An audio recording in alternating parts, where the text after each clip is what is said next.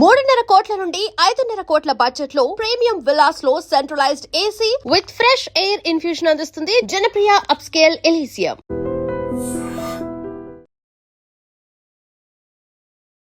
నమస్కారం, welcome to I dream. ధర్మ మార్గం విత్ విజిత కార్యక్రమానికి స్వాగతం.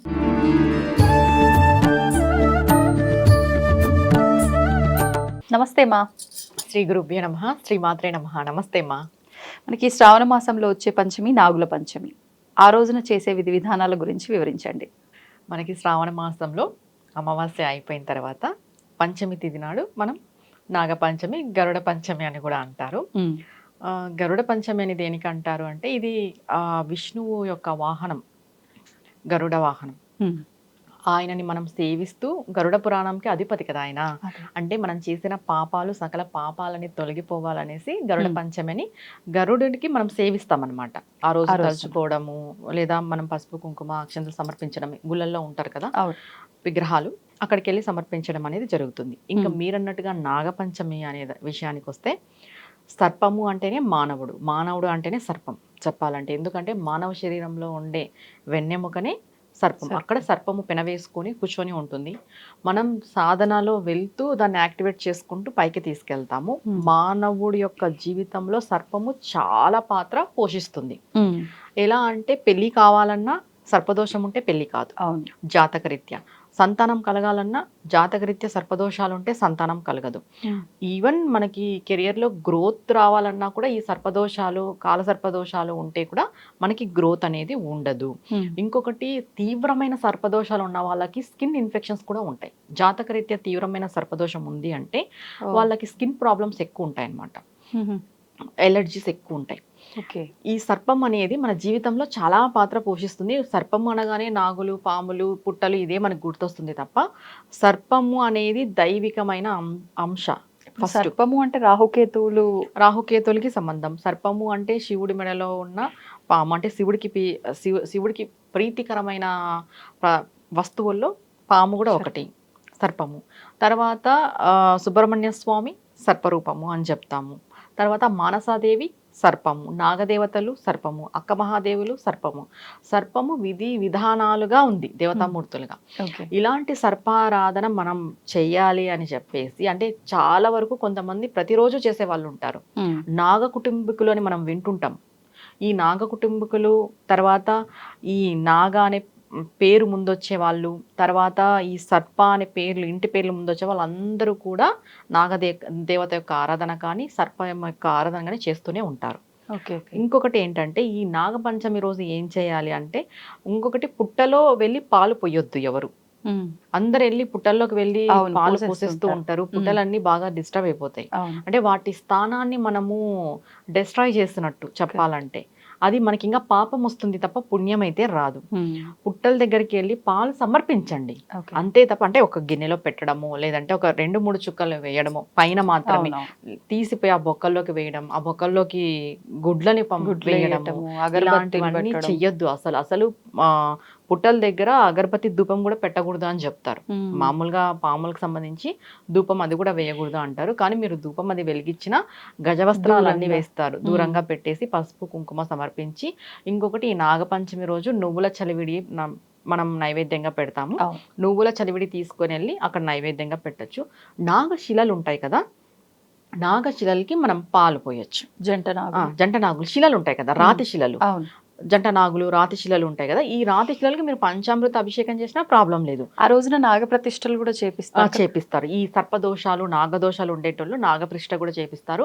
ఇంకొకటి, నాగశిల దానం ఇవ్వడం కూడా చాలా మంచిది. కానీ జాతకరీత్యా మీరు చెక్ చేసుకున్న తర్వాత మీకు ఏదైనా ప్రాబ్లం ఉంది అంటే ఇవన్నీ మీరు ఈ రెమెడీస్ కూడా చేసుకోవచ్చు. ఇంకొకటి, ఆ రోజు సుబ్రహ్మణ్య స్వామి యొక్క అష్టోత్తరం చదవడం కానీ, లేదా నాగ కవచం చదవడం కానీ, లేదంటే మానసాదేవి స్తోత్రం చదవడం కానీ, ఇలాంటివన్నీ చేసుకుంటే కూడా చాలా మంచిది. మెయిన్ గా రైతులు బాగా చేసుకోవాలి ఈ నాగపంచమి అనేది. ఎందుకంటే రైతులకి పొలాల్లో, పంట పొలాల్లో కనబడుతూ ఉంటాయి, తరచు కనిపిస్తాయి, కొంతమందికి కళలో కనిపిస్తాయి. ఇంకొకటి ఏంటంటే, ఈ జాతకాల్లో సర్పగండాలు అనేటివి కొంతమందికి ఉంటాయి. అలాంటి వాళ్ళు ఈ సర్పారాధన ఈరోజు చేయడం వల్ల మీకు, అంటే సర్పగండము, పాము కాటు వలన మరణించడాన్ని మనం వింటుంటాము. ఈ మరణాలు అనేటివి జరుపుకోకున్నట్టు ఈ మనం చేసే పూజ అనేది మనల్ని కాపాడుతుంది అనమాట. ఇంకొకటి ఏం చెప్తాం, మనకి చదువు వస్తుంది, మనం కొంచెం జనరేషన్ మారింది, అప్డేట్లో ఉన్నాం కాబట్టి ఈ స్తోత్రాలు ఇవన్నీ చదవాలి అని చెప్తాము. కానీ నార్మల్ భాషలో కూడా మనం స్వామిని ప్రార్థన చేయొచ్చు. మామూలుగా రైతులు వీళ్ళంతా ఎలా చెప్తారు, నన్నేలు నాగన్న, నా ఇంటి నేలు, నా కులము నేలు అని చెప్తారనమాట. అంటే నన్ను నువ్వు వెళ్తావు, నా ఇంటిని నువ్వు వెళ్తావు, నా కులమును వెళ్తావు. అంటే పొరపాటున నీ పడగ తొక్కినా నన్ను పగవాడు అనుకోవద్దు, మనవాడు అనుకో, నేను నీకు రూకలిస్తాను, నాకు పిల్లల నూకలివ్వు అని అడుగుతారు. జనరల్ భాషలోనే అడుగుతారు నాగదేవతని. మనం ఏదో పెద్ద పెద్ద స్తోత్రాలపై చెప్పాల్సిన అవసరం లేదు అక్కడ పోయి. అంటే నువ్వు నా ఇంటిని వృద్ధి చేయి, నా వంశాన్ని వృద్ధి చేయి. ఎందుకంటే మనం ఇంతకు ముందే చెప్పుకున్నాం, సర్పదోషాలు ఉంటే పిల్లలు పుట్టరు, పెళ్లిళ్ళు కావు అనేసి. మెయిన్ మనం సంతానానికి మెయిన్ రోల్ పోషిస్తాయి సర్పదోషాలు. అందుకు మనం ఏం చెప్తున్నాము, జనరల్ భాషలోనే నువ్వు నా ఇంటి నేలు అంటే నా ఇంటికి నువ్వే అధిపతి, నా ఇంటిని వృద్ధి చేయి అంటే నా వంశాన్ని వృద్ధి చెయ్యి. నేను ఎప్పుడైనా నిన్ను తొక్కినా, నిన్ను కొట్టినా, పగవాడిలాగా నువ్వు పగబట్టద్దు నా పైన, నన్ను కరుణించు, నేను నీకు నూకలు ఇస్తాను అంటే ఈ నువ్వుల చలివిడి ఇస్తాను, లేదంటే కాయిన్స్, కొంతమంది కాయిన్స్ పెడుతుంటారు, నేను ఇవి సమర్పిస్తాను, నా వంతు నీకు దక్షిణ సమర్పిస్తాను, నీ వంతు నువ్వు పిల్లల మూకలివు అంటే పిల్లల్ని మాకు ప్రసాదించు, సంతానాన్ని మాకు ప్రసాదించు అని జనరల్గా నాగదేవతలకి ఇలా మొక్కినా కూడా వాళ్ళు కరుణిస్తారు. మెయిన్గా ఆ రోజు సంతానం లేని వాళ్ళు ఈ పుట్టమన్ను స్వీకరిస్తారనమాట. భార్యాభర్త పుట్టమన్ను తినాలి. కొంచెం తిండా అంటే ఇంత ఎక్కువ కాదు, పుట్టమన్ను తినడం వల్ల కూడా చాలా మంచిది. పెళ్ళిళ్ళు కాని వాళ్ళు కూడా ఈ పుట్టమన్ను తీసుకొని ఆ రోజు మనం స్నానం చేస్తాం చూడు, ఆ వాటర్లో కొంచెం కలుపుకొని స్నానాలు చేసినా కూడా పెళ్ళిళ్ళు అవుతాయి అని చెప్తారు. అలాని రోజు కాదు, అలాని ఎక్కువ పుట్టమన్నును కూడా తీసుకొచ్చి డిస్టర్బ్ చేయదు, దేన్ని కూడా డిస్టర్బ్ చేయకోకున్నట్టు మనం రెమెడీ అనేది చేసుకోవాలి. అంటే మనం రెమెడీ చేసుకోవడం కోసం ఇంకో దాన్ని మనము డిస్టర్బ్ చేయడం అనేది కరెక్ట్ అయిన పద్ధతి అయితే కాదు. ఇంకొకటి, చెవులు సరిగా వినపడని వాళ్ళకి పుట్టమన్ను తెచ్చి చెవులకు పెట్టాలి అని కూడా అంటూ ఉంటారు. ఇది నమ్మకం? నమ్మకమే. చెవులు సరిగ్గా వినపడని వాళ్ళకి పాలు పోసిన రోజు పుట్టమన్ను తెచ్చి చెవులు పెడితే చెవులు బాగా వినిపిస్తాయి అంటారు. స్కిన్ ఇన్ఫెక్షన్స్ ఉన్న వాళ్ళు ఉంటారు కదా, ఈ స్కిన్ ఇన్ఫెక్షన్స్ ఉన్న వాళ్ళు కూడా ఈ పుట్టమన్నుని స్వీకరించడం ద్వారా అంటే తీసుకోవడం తినడం ద్వారా స్కిన్ ఇన్ఫెక్షన్స్ కూడా తగ్గుతాయి. అంటే అది ఒక్క రోజుకి తగ్గవమ్మా, ఏది కూడా ఒక్క రోజుకి తగ్గదు. మనం ఒక ప్రాసెస్ అనేది చేయాలి, తరచుగా చేస్తూ ఉండాలి. అప్పుడు నువ్వు తరచుగా చేస్తూ ఉండాలంటే తరచుగా పుట్ట దగ్గరికి వెళ్ళాలి, తరచుగా నువ్వు సర్పారాధన చేయాలి, తరచుగా నువ్వు సర్పాలకి పాలు ఏదో ఒకటి నైవేద్యంగా నువ్వు సమర్పిస్తూ ఉండాలి. ఇవన్నీ నేను ఏం చేసుకోలేను, నాకు ఈ ప్రాబ్లమ్స్ ఉన్నాయి అంటే కొంతమంది జాతకం చూయించుకొని ఉంటారు, వాళ్ళకి సర్పదోషాలు ఉన్నాయని తెలిసి ఉంటుంది. అలాంటి వాళ్ళు ఈ నాగ స్తోత్రం చదవడం, మానసాదేవి స్తోత్రం చదవడము, సుబ్రహ్మణ్య స్వామి ఆరాధన ఎక్కువ చేయాలి. మనకి సర్పదోషాలు, నాగదోషాలు, కాలసర్పదోషాలు ఉన్నాయి అన్నప్పుడు సుబ్రహ్మణ్య స్వామి యొక్క ఆరాధన బాగా చేయడం ద్వారా మనకి స్వామివారి యొక్క అనుగ్రహం కలుగుతుంది. ఎందుకంటే అన్ని సర్పాలు కూడా శాంతింపబడతాయి సుబ్రహ్మణ్య స్వామి ఆరాధన చేయడం ద్వారా.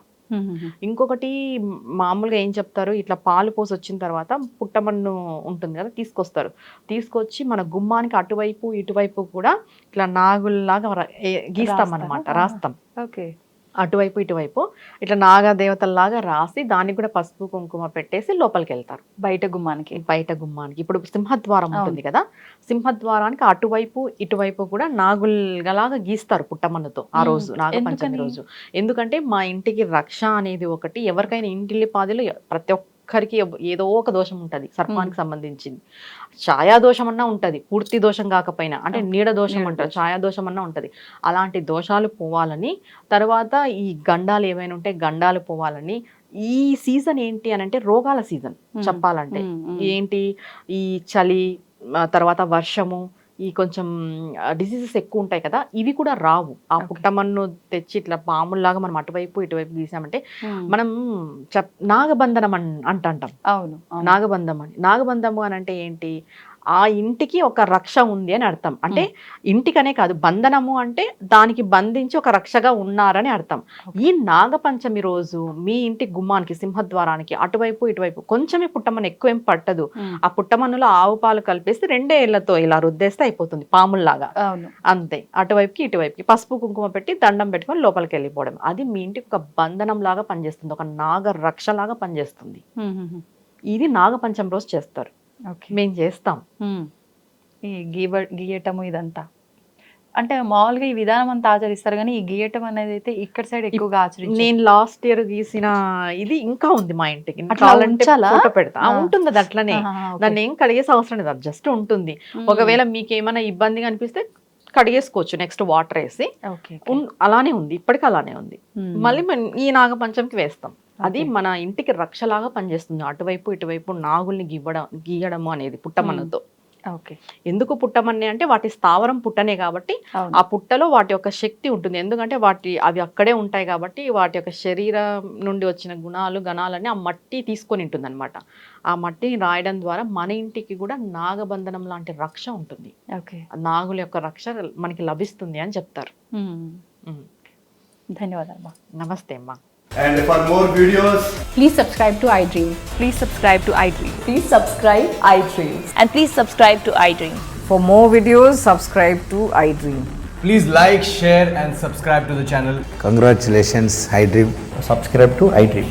Subscribe to iDream. So subscribe to iDream Media. iDream ki iDream team andarki huge congratulations. Please subscribe iDream Media. Please subscribe to iDream. Subscribe iDream. Please subscribe to iDream. iDream అంటే నా కళల ఛానల్ను సబ్స్క్రైబ్ చేసుకున్న నోరు తిరుగుతలేదు, మీరైతే గంట గుర్తు కొట్టండి. For more such videos, please subscribe to iDream.